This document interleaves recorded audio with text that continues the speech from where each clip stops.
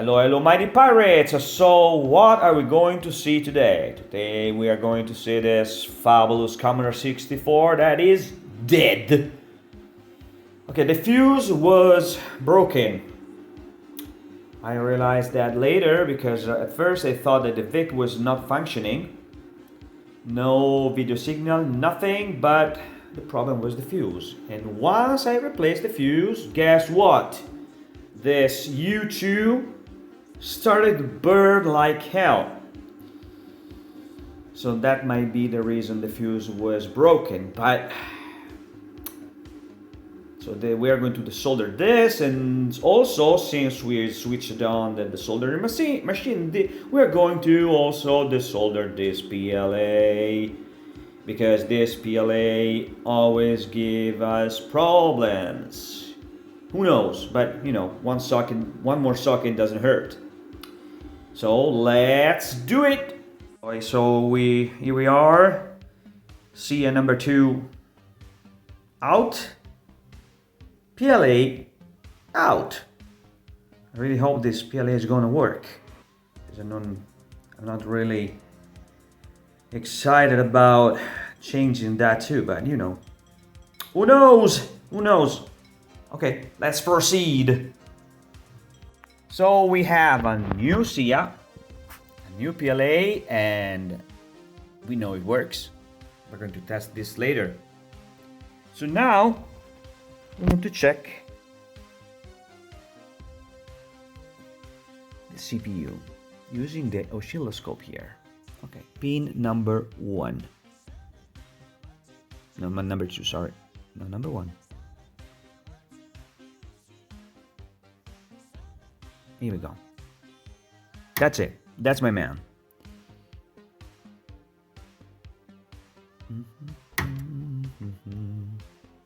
Now, perfect. Pin number 39. All right. So the engine is working.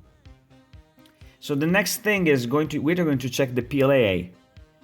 Pin number 15. String signal number 15. Well, kernel, pin number 16. Okay, much better.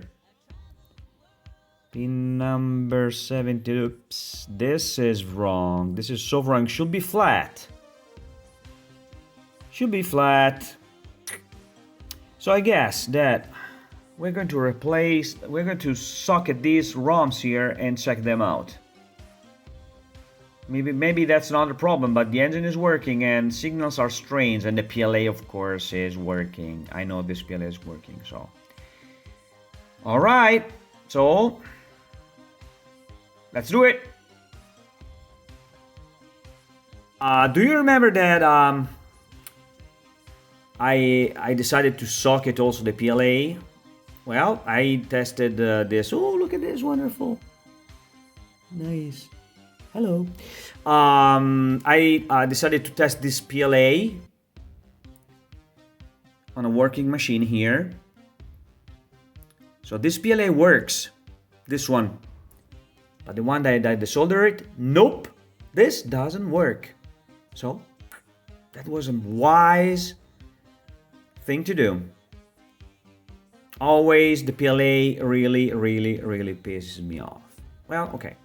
So let's check the signals of a working machine again. So just for the record, all right? Okay, so let's do it.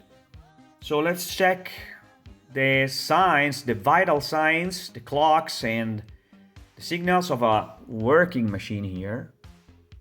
Yep. So pin pin number 1. Clock in, perfect. Pin number 39. That's it, that's my man. And now the PLA.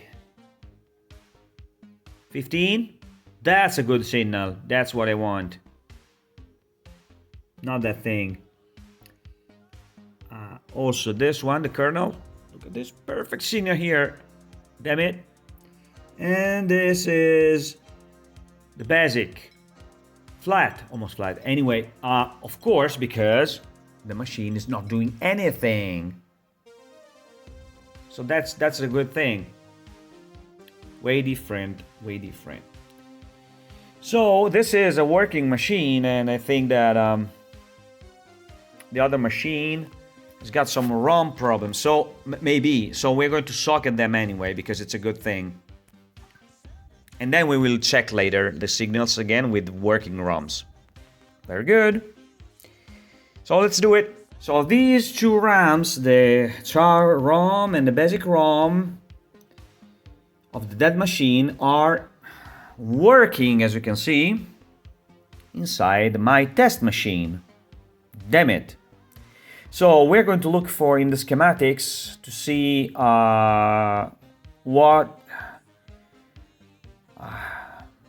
who's gonna mess up, who is messing up with the ROM signals. It's very, very strange. Never seen something like that. So of course the schematics is going to help a lot. So looking at the schematics, there is no reason for the basic ROM to work like crazy in a machine with a black screen. So we're going for the RAMs. The RAM chips here, we're going to desolder all of them, trying to find at least one that is not working. Alright, so let's do it! Alright, so what do we have here? We have 8 new sockets. And guess what? 7 chips are fine. And one is really bad. Really bad. Don't make me speak more than that. So, since I have new RAMs, new chips RAMs, I'm going to install them. And if we are lucky, this Commodore 64 is going to be alive and kicking again soon. Alright, so let's do it. Okay guys, so here we are. A lot of things happened since the last time. So after putting new RAMs here, this Commodore 64 was still dead.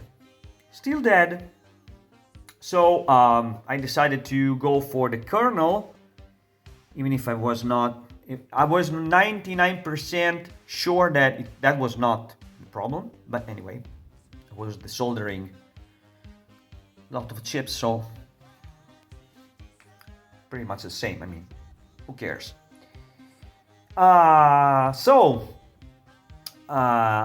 After replacing that, I just wanted to check out U13 and U25, which most of the time are responsible with the RAMs for strange behaviors.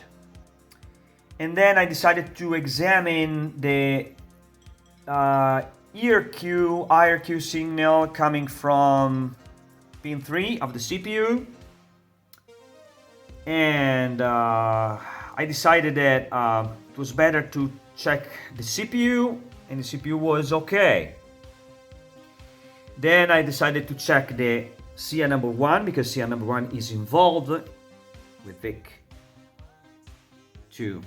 Is involved with CA number 1 on IRQ signal. And I discovered that also the CA number 1 was dead.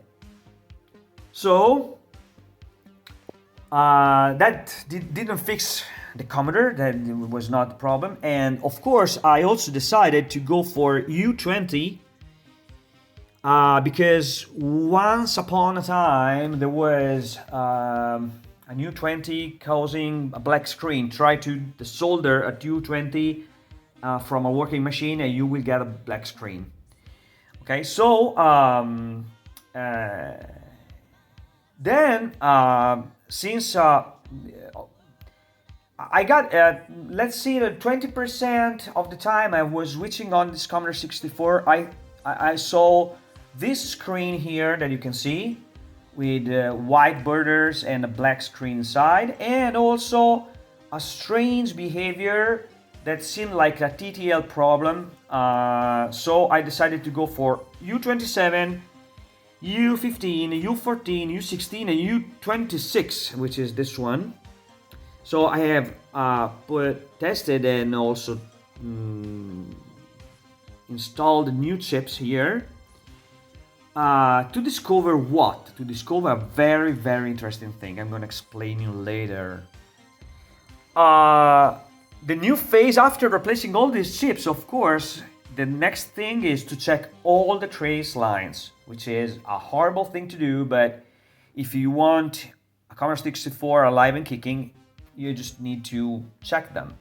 So I decided to go for the CPU first, because the screen with the white border usually means that there is a corrupted CPU, so I decided to go for it. And I checked out all the trace lines, and I stopped at trace line 38. Why? Well, because 38 is a RW signal, so read-write signal, which goes to pin number 3 of the RAMs. And guess what? While checking them, I was making a mistake, and I was checking also pin number 2. And I discovered that pin number 2 and pin number 3 were shortcut. Damn it, shortcut. So I flipped the motherboard and I found out that I think this chip here had a very, very, very tiny drop. While I was desoldering, a very, very tiny drop of metal between the two pins, the two trace lines. And so when I removed that and I checked it out that all the trace lines were fine, I decided to switch this on, and look at this. Ta-da! Commodore 64 alive and kicking. So this was a very, very satisfying journey, and this I learned a lot, of course, from this adventure, but the most important thing is that I have now a very, very nice testing machine. Look at this, all these socket items here, socket chips, look at them.